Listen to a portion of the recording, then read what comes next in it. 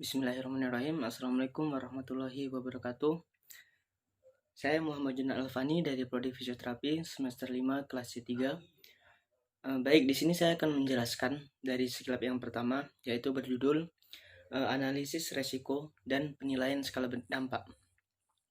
Di sini ada bahaya. Bahaya adalah kondisi secara alami atau akibat ulah manusia yang berpotensi menimbulkan kerusakan atau kerugian yang adanya korban jiwa. Kemudian ada kerentanan, yaitu sekumpulan kondisi atau faktor fisik, sosial, ekonomi, kemudian lingkungan yang berpengaruh buruk terhadap upaya pencegahan dan penanggulangan bencana. Nah, selanjutnya yaitu ada kemampuan atau capability adalah kebijakan, kesiapsiagaan, dan peran masyarakat. Kemampuan atau capability ini adalah kekuatan dan potensi yang dimiliki perorangan atau keluarga dan masyarakat yang membuat mereka mampu mencegah, mengurangi, siap siaga, menanggapi dengan cepat segala pilihan dari suatu kedaruratan. Kemudian ada langkah-langkah penilaian risiko bencana. Untuk langkah-langkah penilaian risiko bencana, yang pertama itu ada kita harus dapat menentukan lokasi rawan bencana terlebih dahulu. Nah, untuk yang kedua yaitu melakukan identifikasi bencana. Selanjutnya skala probabilitas kejadian, yaitu ada beberapa nilai. Yang pertama dengan nilai 5 sangat pasti atau hampir 100% terjadi per tahunnya, atau 100% terjadi tahun depan. Nah, untuk yang kedua yaitu dengan nilai 4, yaitu hampir pasti sekitar 75% sampai 100% terjadi tahun depan atau sekali dalam 10 tahun mendatang. Untuk skor untuk nilai 3 yaitu 50% sampai 75% terjadi tahun depan atau sekali dalam 50 tahun. Untuk nilai 2 yaitu kemungkinan kecil sekitar 20% sampai 50% terjadi tahun depan atau sekali dalam 100 tahun. Nah, untuk nilai 1 yaitu tidak pasti antara 1% sampai 20% terjadi tahun depan atau sekali dalam 100 tahun. Nah, kemudian ada skala dampak kerugian yang ditimbulkan. Untuk skala dampak kerugian yang ditimbulkan, yang pertama dengan skor 5 sangat parah atau hampir dipastikan 100% wilayah hancur lumpuh total. Yang kedua yaitu dengan skor 4 parah sekitar 50-75% wilayah hancur dan lumpuh. Untuk yang ketiga yaitu dengan skor 3 cukup parah sekitar 10-50% wilayah hancur. Nah, untuk yang keempat yaitu dengan skor 2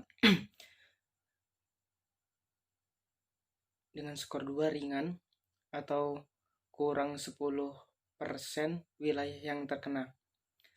Untuk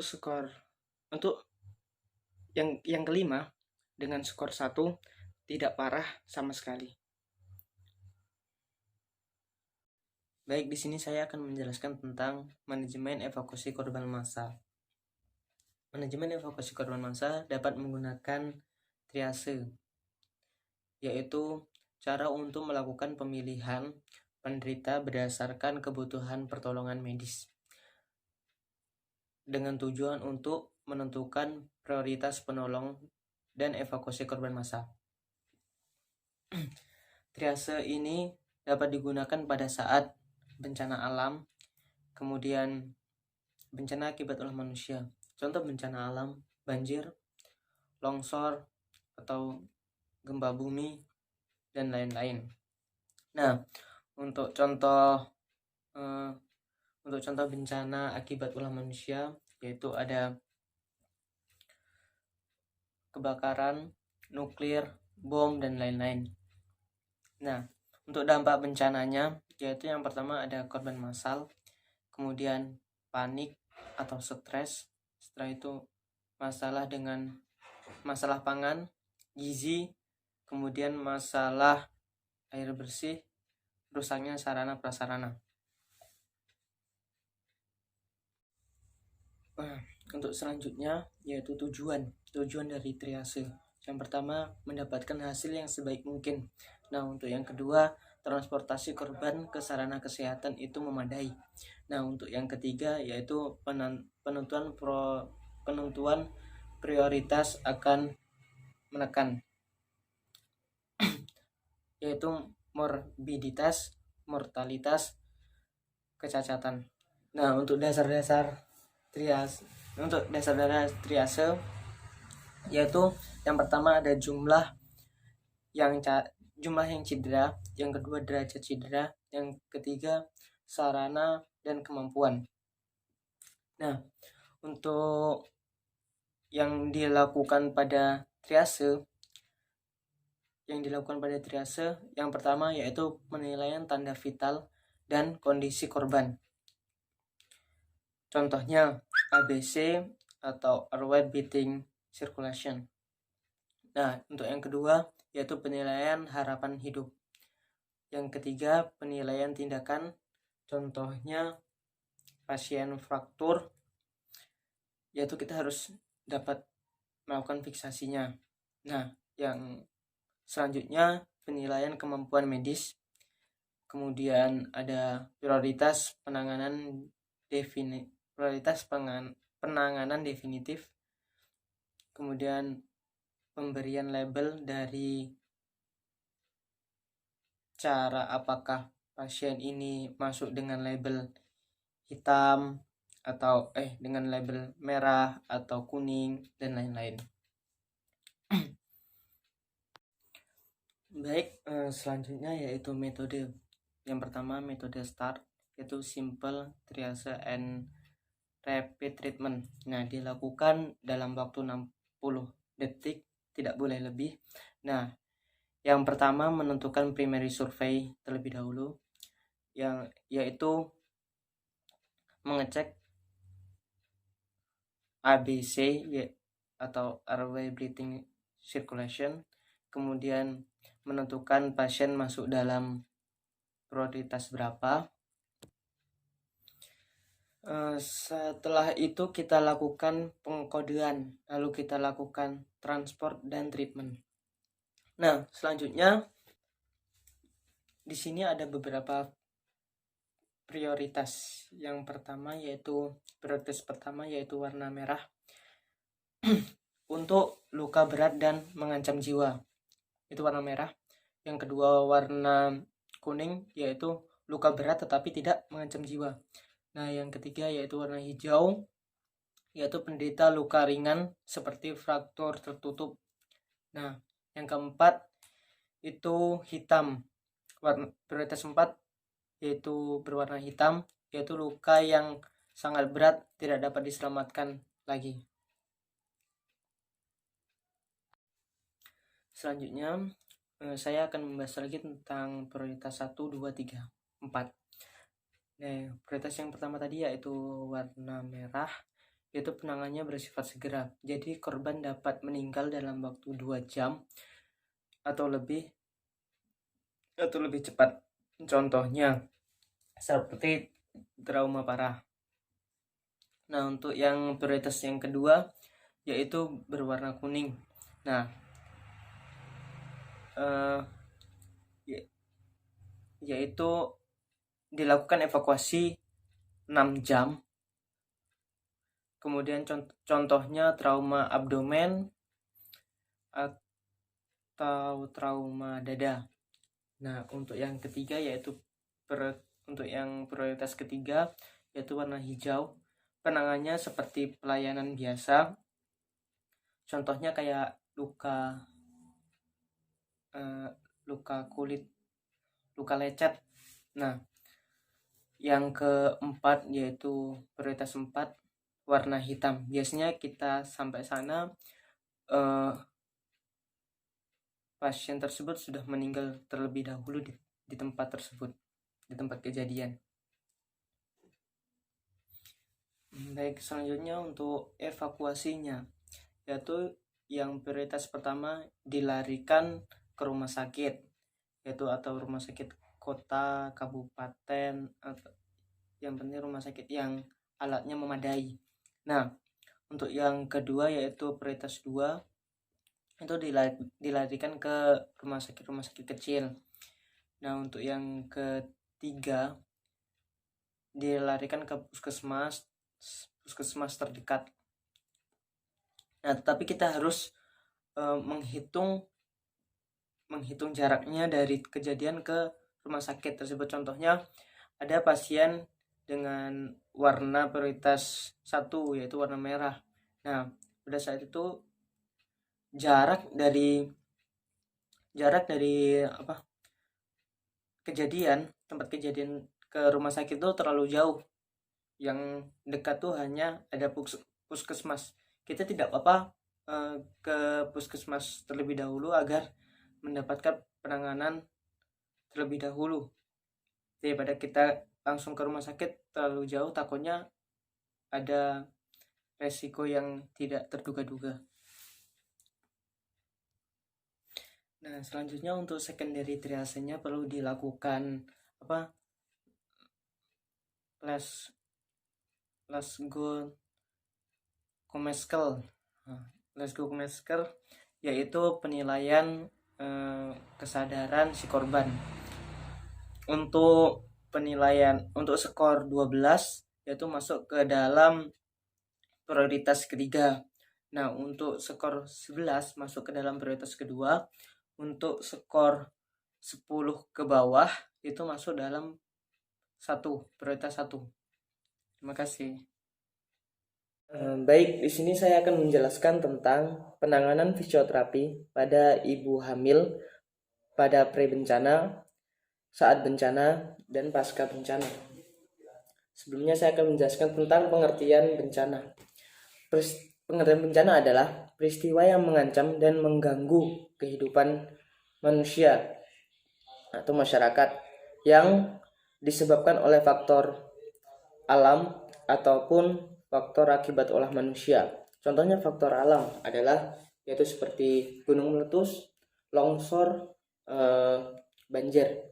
Nah, untuk akibat ulah manusia yaitu seperti kebakaran, nuklir, bom, dan lain-lain.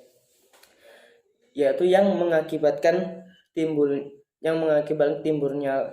korban jiwa, kerusakan lingkungan. Nah, untuk selanjutnya yaitu peran fisioterapi pada pre-bencana. Yang pertama, fisioterapi harus melakukan pelatihan yang berhubungan dengan penanggulangan bencana pada tiap fasenya. Nah, untuk yang kedua yaitu fisioterapi ikut serta dalam organisasi untuk melakukan penyuluhan atau edukasi sebagai persiapan terjadinya bencana tersebut. Nah, untuk yang ketiga, fisioterapi terlibat dalam promosi kesehatan dalam menghadapi hal-hal seperti cara memberikan penolongan pertama pada saat terjadinya bencana tersebut. Nah, selanjutnya untuk pertolongan pertama yang dapat dilakukan fisioterapi pada pre-bencana, yang pertama yaitu dilakukannya edukasi, yaitu adanya keluarga menolong keluarga yang lain. Nah, untuk yang kedua, jika sudah ada peringatan bencana, sebaiknya segera menyiapkan kebutuhan ibu hamil tersebut seperti pakaian, makanan, yang bergizi, air minum, dan selimut. Nah, untuk selanjutnya fisioterapi memberikan alamat atau nomor telepon. Kemudian fisioterapi dapat mengedukasi di mana letak titik kumpul titik kumpul kepada masyarakat saat terjadinya bencana. Nah, kemudian hal yang dapat dilakukan fisioterapi pada saat bencana yaitu yang pertama, fisioterapi berkolaborasi dengan tenaga medis lainnya mengenai kesehatan ibu hamil dan bayinya. Untuk yang kedua, fisioterapi harus siap siaga dalam keadaan apapun, seperti contohnya seperti pada melakukan pada saat ibu melahirkan. Untuk selanjutnya yaitu to not formize, yaitu seharusnya fisioterapi tidak menjanjikan apapun atau memberikan harapan yang lebih. Untuk selanjutnya yaitu penanganan fisioterapi pada saat pasca bencana, yaitu yang pertama diberikan bantuan seperti obat-obatan, balut bidai atau transportasi atau pakaian wanita dan lain-lain. Nah, yang selanjutnya yaitu memfasilitasi jadwal konsultasi,